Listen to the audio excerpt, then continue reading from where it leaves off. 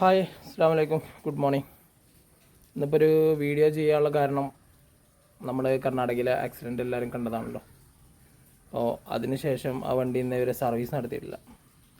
Nilambur ഡിപ്പോയുടെ KS70 അത് police സ്റ്റേഷനിൽ നിന്ന് റിലീസ് ചെയ്തതിന് ശേഷം സുൽത്താൻ ബത്തേരി കൊണ്ടുപോയി കൊടുത്തു.